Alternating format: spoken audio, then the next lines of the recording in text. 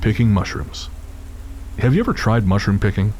It's not exactly easy at first, as you can go very wrong very quickly if you pick the wrong kind, but once you get the hang of it, it's rewarding to end a walk in the woods with a basket of treats for dinner. I know this because the woods near my house are home to a couple varieties of oyster mushroom, which grow on various felled trees, and sometimes when the conditions are right, I'll go on a little shopping trip. Because of the humidity in our area, we often get pink oysters, which are a personal favorite of mine, or at least they were. Now they have an uncomfortable association for me, which leads me to my story. It started in the afternoon, when I'd been out for a long walk and decided, on my way back, to have a look for some oysters. To get to the woods on my usual route, you must first pass through an old graveyard, which in addition to all those dead bodies, has some dead trees that can sometimes have good pickings. This time around, however, there was nothing, so I continued on into the woods. You're never alone in the forest. Not really. Even if you can't see anything apart from the towering canopy of trees above, you can be sure at least one animal and countless insects are aware of you, and that's why the sensation of being watched didn't bother me that day. Well, at least not at first. I told myself it was probably a deer or an owl checking me out. After a few minutes of following the path deeper into the trees, all ambient noise stopped, and the forest went completely silent. This is not normal, and I immediately decided to pick mushrooms another day. I ran from the forest, and it was on my way out that I saw the path. Not the path I'd been on, you understand, but another one I hadn't noticed before. My family has spent years living in that neighborhood, and I've spent a lot of time in those woods, so a new path seemed both strange and exciting. And curiosity replaced my discomfort. Are you serious? No. Yeah, go. Yeah, go home. Go home now. Never come back. I changed direction and walked up the new path some ways. If I'd been hoping for revelations, I was disappointed, as there wasn't much on that path except for rusted-out cans, trash, and a returning sense of unease.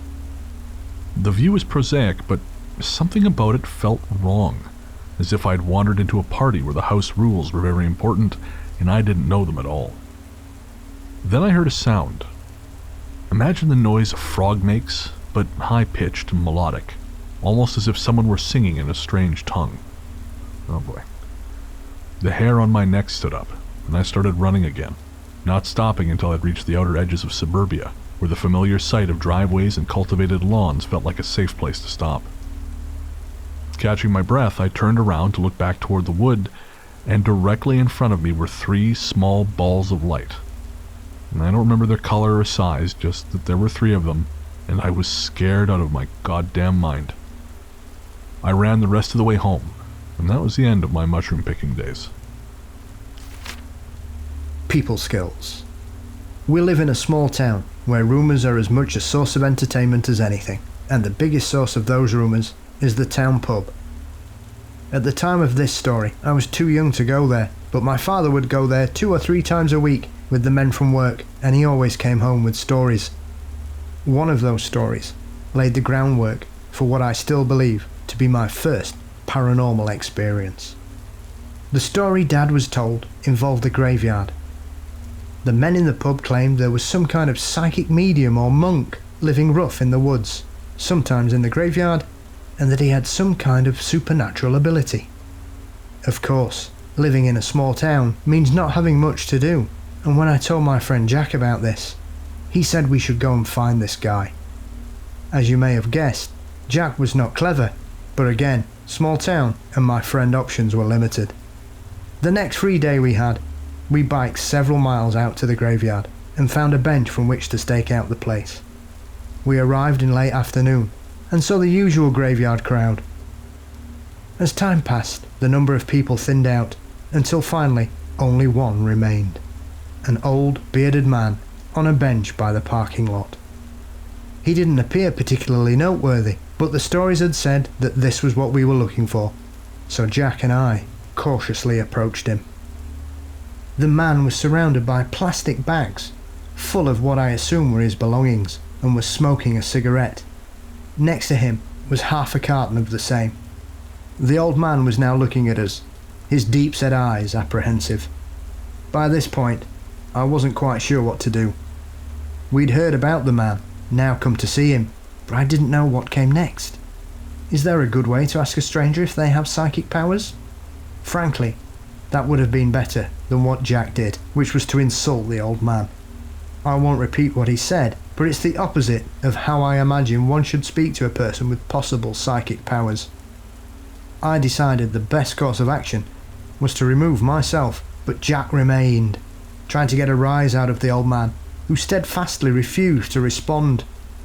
Since Jack had gone into full-on guerrilla mode, this pissed him off even more, and he retaliated by grabbing the old man's cigarettes and crushing them underfoot. This got a reaction. From his spot on the bench, the old man rose to his full height, at least a foot taller than both of us, and looked directly into Jack's eyes before saying, "You are a disgrace before God." Then he simply walked away. Exhaled a breath I didn't know I was holding and told Jack we should go. Not content to let the old man have the last word, he shouted after him, calling him a coward and worse. Like I said, he wasn't a bright kid. The bill came due later that night when we had a sleepover at Jack's house. The first part of the night wasn't special at all. We watched a movie, had snacks, and did all the things we usually did when one of us stayed over with the other. It happened in the night, when I woke up in my sleeping bag on Jack's floor. The room was dark, with only a slither of streetlight visible through the blinds, just enough for me to make out a tall, dark shape next to Jack's bed. The figure was entirely shadowed. I couldn't make out any features, and seemed to be touching Jack's wrist. Obviously I started to panic and went to get up, but then the figure turned towards me and slowly shook its head, as if to say, "No, this doesn't concern you." At this, I figured it had to be a lucid dream, so I rolled over and went back to sleep.